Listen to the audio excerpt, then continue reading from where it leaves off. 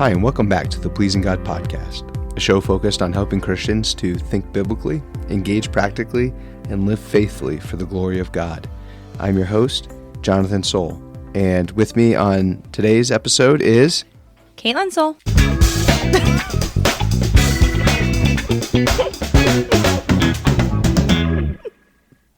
And you know what that means? It's another episode of Imperfect Marriage.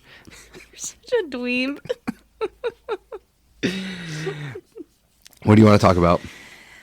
Oh, I think we're going to talk about managing just a busy season with our marriage and as a family. That's an interesting subject. I think there's a lot to talk about. Mm-hmm. Some real practical advice. Yeah. Well, do you want to kind of lead out? Sure. I think this kind of stems from just the fact that we ourselves are currently in a super busy season. It does seem to be that every May tends to be pretty busy.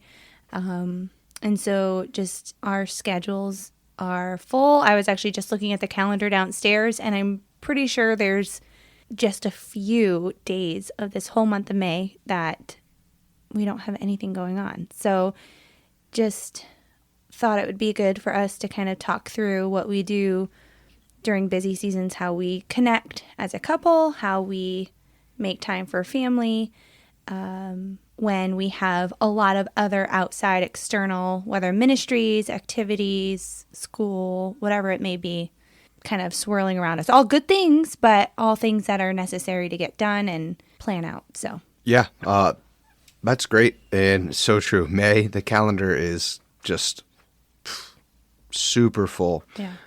Teaching classes, baseball, coaching, sports, town sports. We're both involved in a wedding next month, so that's taken up some of our time, and some counselings, and we're doing school, finishing up our school year. Yeah, and so I think maybe first off is the issue of priority. Mm-hmm. When, seasons of life are just a lot more intense, more activity, more running around, maybe more pressure, whatever it might be, I think what's helpful is to think through your priorities. Mm-hmm. You will always make time for what's most important to you. And when we talk about in a marriage, what can happen is, we could just become like ships passing in the night or we can become strangers that live together. Mm-hmm. Just because, you're running around doing this, I'm doing that. And how do we prioritize the marriage relationship in the midst of all the other stuff that's going on? Yeah. I think that's key. Yeah. You always say, whatever you say yes to, you're saying no to something else. And so sometimes we have to say no to time with each other or as a family in order to do a yes. And so managing that is important. Absolutely. Yeah, absolutely. It's fundamental to always be investing in the marriage. Mm-hmm. If you're not trying, you're failing. There is no status quo. Maintaining doesn't actually happen. Mm-hmm. And so I know practically for some of the things, even in busy seasons, are trying to find those moments that we can kind of share together, whether it be like, hey, we're going to record a podcast and we get to talk about things together, or going for walks. Yeah. That's something that's been really kind of special to just uninterrupted, no music, or just walking and talking, mm-hmm. Walk for a mile or so and connect in those ways. Yeah. What are some other ways you think about just being intentional, I think? We try to do as much as we can together when it comes to having to do things out of the home. But when, say for example, baseball, we all go as a family and we all go to the field together. We have dinner and then we all go to the field together and we prioritize. And even though we know that's something we have to do, excuse me, we all go together and make it family time. And I think that's important. Or like you just mentioned, going for a walk, that's something that we've prioritized in our lives recently, is just our health and fitness. And, that's something that we want to get done, but doing it together kind of kills two birds with one stone in that we're doing what we know we want and need to do for our physical bodies, but also an opportunity. So I think trying to take those times where we know there's things that we want to prioritize and trying to do as much as we can to do it together is super helpful. Yeah, that's a good strategy. And maximizing the time. Right. Right. So if it is like, this is something we have to do, how can we do this together? Or how can I do this and bring my family into whatever it is that I'm doing? I've been teaching Old Testament on Monday nights. And instead of just that drawing me out of the home and leaving you there with everyone, it's like, let's grab a couple of the kids that want to come and they listen to me talk for an hour and a half on Judges last week, and they were like, that was great. Yeah. And they're not 8 and 9 years old, but kind of bringing them alongside. And that kind of reminds me, just on the more of the family side of Deuteronomy chapter 6, where God kind of gives through Moses, what I would look at as the Old Testament discipleship. You have the Shema, Hear, O Israel, the Lord our God, the Lord is one. You shall love the Lord your God with all your heart, with all your soul, and with all your might. And these words that I command you today shall be on your heart. You shall teach them diligently to your children, and shall talk of them when you sit in your house, when you walk by the way, when you lie down, and when you rise. You shall bind them as a sign on your hand, and they shall be as frontlets between your eyes. You shall write them on the doorposts of your house and on your gate. And it goes on from there. But just thinking about being intentional, even in a busy season of instruction, of bringing them and all of us alongside, prayer in the mornings. Mm-hmm. Yeah, that would be another way of just having a connection point where at breakfast time we try, it's not every day, it doesn't always happen, but we try to make a point to sit down as a family at breakfast time. So we're all there, we're all having to eat breakfast and using that time to get the word out to the children and just have discussion. And it's just one of those connection points for us. An evening doesn't really work in this season because we are running to the baseball field or to church on the evenings. And so we found for us that doing the breakfast Bible kind of situation works. So I think incorporating those moments to be able to connect, but also do what we need to do. Yeah, very much. That's so true. And I think one of the challenges is in a busy season is not to allow the busyness to turn into points of irritation, stress, strife, marital discord, just because there's so much going on and pulling at you, which it can do. Yeah. And so that's where I think, as we're investing time in one another, sometimes we're depositing that early so that we can get a return on that in time when we might not have as much opportunity for a period in the season. Yeah, I was just kind of thinking about that in that I'm the type of person that I really don't mind being busy. I kind of enjoy kind of having things to look forward to and kind of being on the go. I've always kind of been that way. But what I have found in my own life where it can be challenging is because of that, a lot of times the house can fall away.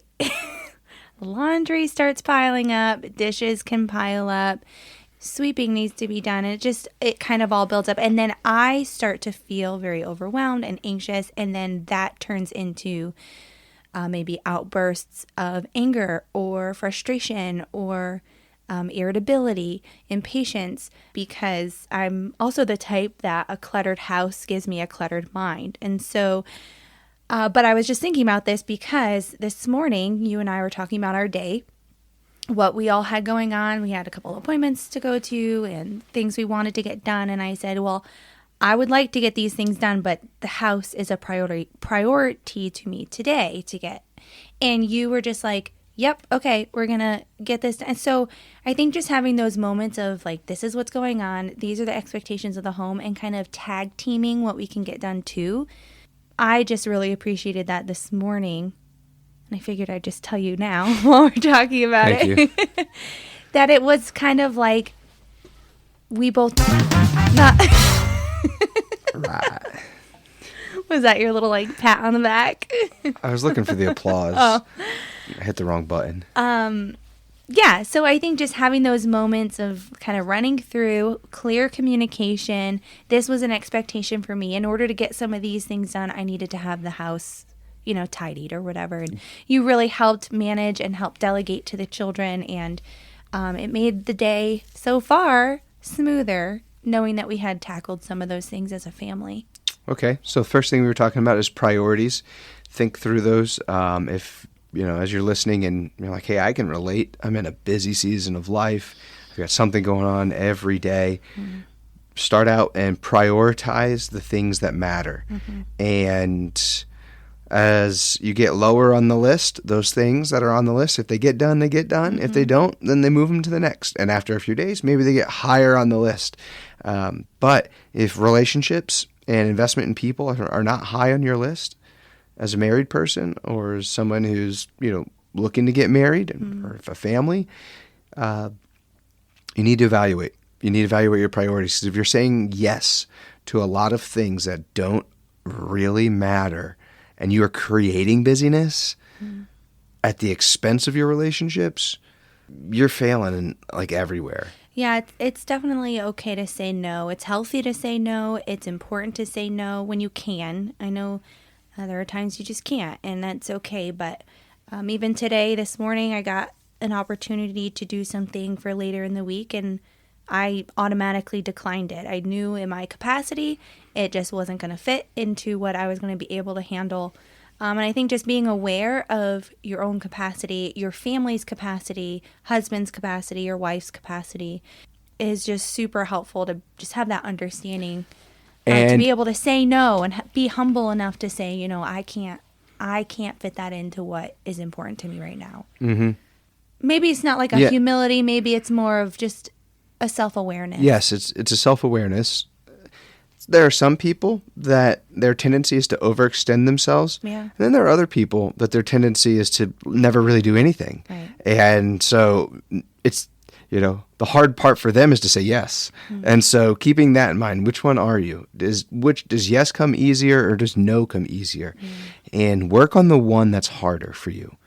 Don't overextend yourself. I think practically, we're out right now in this season. Someone's out of the house Monday night, Tuesday night, Wednesday night, Thursday night. Mm-hmm. So Fridays get circled, but we want to do some kind of fellowship hospitality on Fridays. This month specifically, we have something either a Friday night or a Saturday night as well. This month of May. Yeah, we're hosting the camp out. Mm-hmm. Right. So that's not a good recipe for normal rhythm. Right. But recognize also, as we're prioritizing, we know it's a season. We know this month is coming. Yeah. It's really May and June. Yes. Yeah. We've also blocked off July. Mm-hmm. And July is a blank calendar. Yes. And that's intentional. I might actually take a vacation. Mm-hmm. We don't have to travel to Louisville. I know. There's no going on campus. So that'll be great. But though I did enjoy, that was a nice time together to go down there and do that. Oh, yeah. So priorities. Yes. Think about them. Don't overextend. But also in your priorities, you need margin. Mm. And so something that we do is Saturday after the baseball field, mm-hmm. the rule is we don't do anything. Yeah. Well, it's a new-founded rule that we've just kind of we'll break the rule if we need to. I think we have an outing for church this coming Saturday. But the rule is Saturday nights, Saturday afternoons, really want to do kind of games and dinner, family together, sit down, watch worship videos and listen to worship music. One of our family's favorite things to do is to sit down for an hour or two before bed on a Saturday night after everybody's been cleaned and, ready for bed. And we just turn on music videos of worship music and the kids love it. They sing out been wonderful. Because the heart's getting prepared for Sunday before Sunday. Yeah. And a quiet night, because, I mean, you and I got to be on our A game come Sunday. Yeah. You know, you had a late night on Saturday, didn't get great sleep, something like that. Like, for what we're doing, like, we got to be on point on a Sunday. Yeah. So, you know, I need 12 and a half hours of sleep going in. No, I don't sleep that long, but I want to be well rested, refreshed. Something I'll do on Sunday mornings often is I'll make sure I get up early and exercise. And just that makes me feel so much better going into, I was doing long runs. I'm not doing that anymore, but just something to get my heart rate going. Couple cups of coffee. I'm pretty jacked up and I'm ready to go. Yeah. But yeah, I think that's important. Priorities matter. And what you say yes to, you're saying no to something else. And be mindful of what or who you're saying yes to and what and who you're saying no to. So priorities in a busy season, and you kind of touched on it, but as just kind of a topic point, communication. This can be breaking points a lot just because of just the heightened activity and the frustration and that can come from just being super busy, especially with one person in the relationship is like the go-getter and gets energized off of activity, and the other person is drained from activity. You could be kind of like the opposite sides of a magnet, you know, and so you got to communicate well in that, and that's where knowing your partner matters, and being able to read verbal or nonverbal and hear verbal communication. Be open, talk, share. What are you thinking? I'm tired. I'm feeling burnt out. Those kind of things. Because if you're not talking and you're just going to press on through, it'll cause strain. Yeah. You know? On a regular basis, there might be some days where you just flat out have to push through the day. Yeah. Like, oh, yeah. You just have to. I felt that way yesterday. Yesterday was a really full day. It was a great day. It was a good day, but it just was a full day. And I just felt like I was just pushing through to the end. Actually, when I went to bed finally at the end of the night, you were still downstairs, but I went up. I just could not. And I had tears flowing from my eyes because I was so tired. I wasn't crying.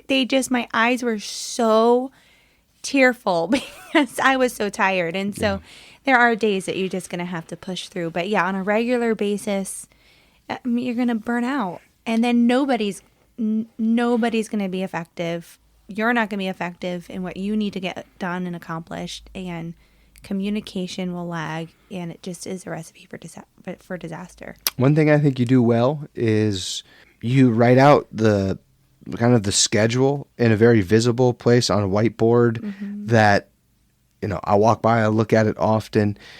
That's helpful. That's actually a way of you're communicating and you're putting it out there. So I'm not wondering what's happening this day, who's got an appointment, you know, am I at work all day? Am I, you know, is there a time that I have to be semi-present? Like what does it look like? Yeah. And everything's color coded, so you know who's going where and when and whatnot. So find out what works for you guys, and do that. But communicate schedules, especially in busy seasons. Whether it be a shared, you know, calendar, you know, through your phone or through Outlook or Google, or a physical whiteboard. But I think sharing a calendar is very helpful because I know what's going on. I know the plans that you have. The appointments that are made, this and that, you know what's going on with me. He's got meetings here, there. And so those are like absolutely unavailable times. Yeah, I tend to forget things very easily. If it's not written down, I will forget. So having that just out, even for me, it keeps just a clear head, a clear like understanding and visual of just what's going on day to day. And maybe not everything's written on there, but the big things are, and it's really helpful. And you know what? It's helpful for the children to kind of see what it looks like to be organized, and they get excited to go and look and see what's going on today. And especially in this busy time, they're always looking for, who we're going to see, what we're going to do, what we're going to eat. They're all about that. So it's a good training tool too for the family, I think. But yeah, but even just daily check-ins this morning when we went downstairs, hey, what do you got going on today? Just a morning check-in of just kind of a run through of the day is helpful as well. That's just because I wanted to get pizza today. Which we did. Yes. Because we had to make time that was a say yes to pizza. Mm-hmm. But also just learning how to be flexible in a busy time. For me, I have a hard time being flexible and kind of moving what my idea of the day would look like. And so just being able to go with the flow, and it's okay if maybe some of those lower tier things don't get done. Like today, one of our kids had an appointment. Well, that had to happen, so we worked around that. But other things like, I was hoping to go do something out this afternoon, and that doesn't get done. Well, it's okay.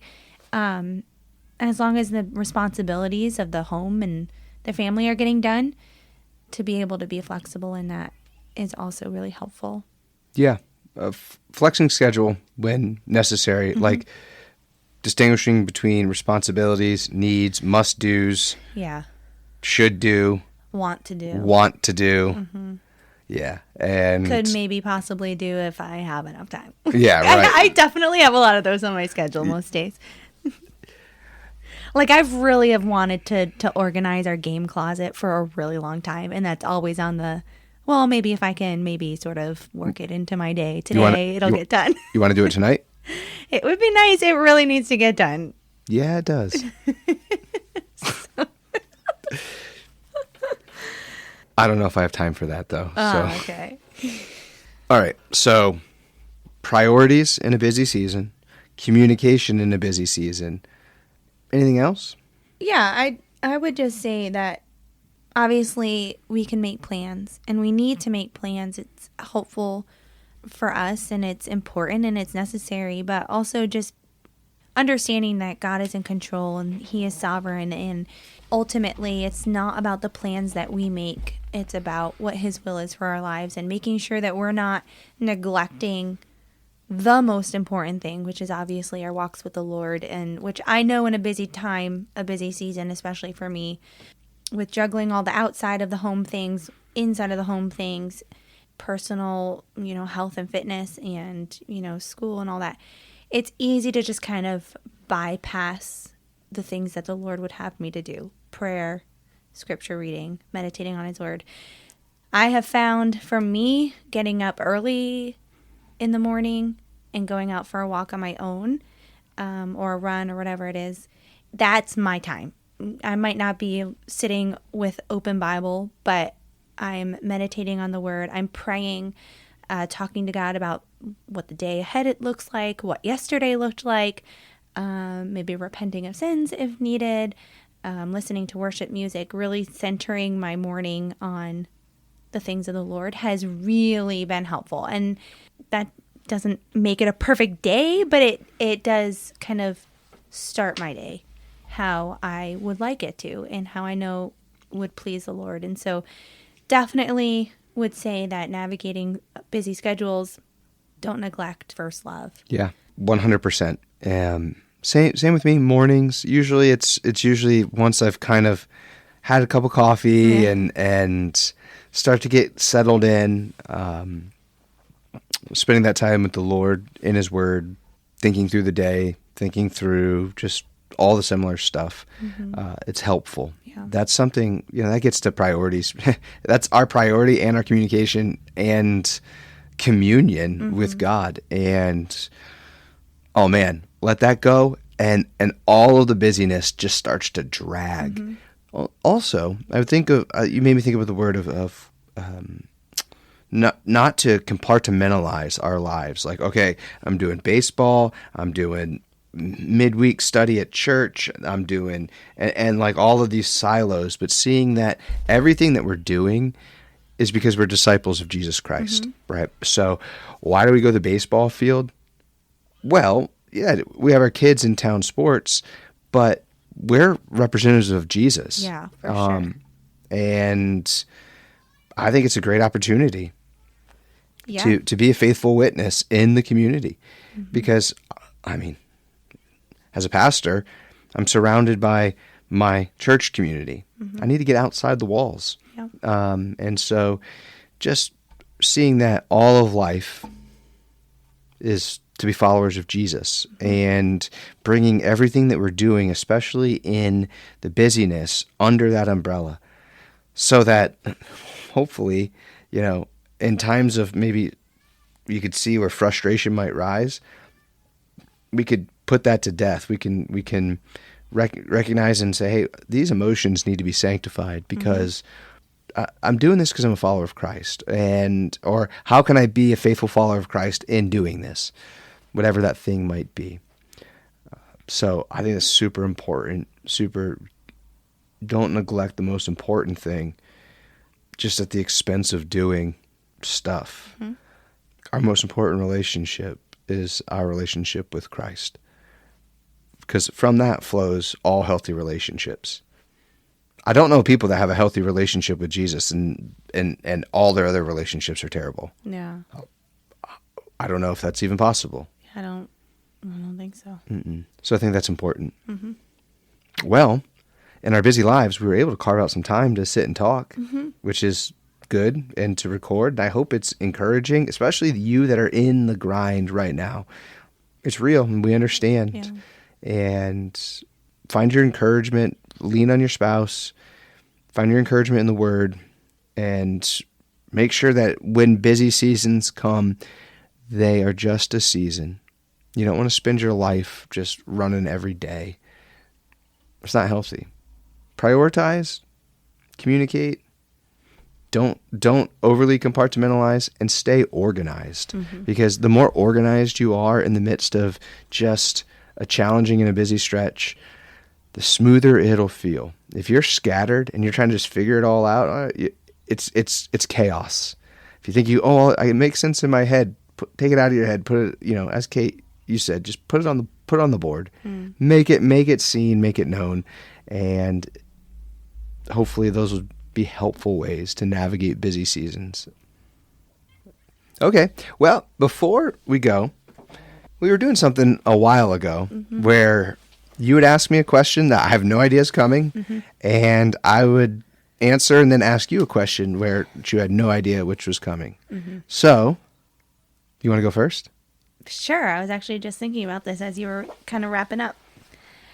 What is something that you are most looking forward to in the next 3 or 4 months? So we're in springtime now, but coming into the summer, let's just say for the summer, what is something that you are most looking forward to, if you could pick one, besides getting a few weeks off in July?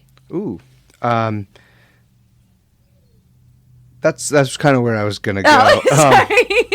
I just thought that'd be a no-brainer. Yeah, I am really looking forward to rest. Yeah. And in a way that pastoral ministry is time intensive, it is spiritually intensive, and it just goes around the clock. And when I'm able to, you don't turn it on and off. That's not what I'm saying. But when I'm able to just know that I have a period of time, like when we would travel to Louisville, it's I'm absent. Yeah. And I get to breathe. I sleep through the night. Yeah. So that's what I'm really looking forward to, is this stretch of time. And I don't know, I must be just getting older. There's some house projects that I need to get done that Yes. all right, we're going to be able to paint and do some work that needs to happen. Patch up some holes. And this, when was this house built? It was 1850. Sometime pre-Civil War. Yeah. She got some old horsehair plaster and whatnot.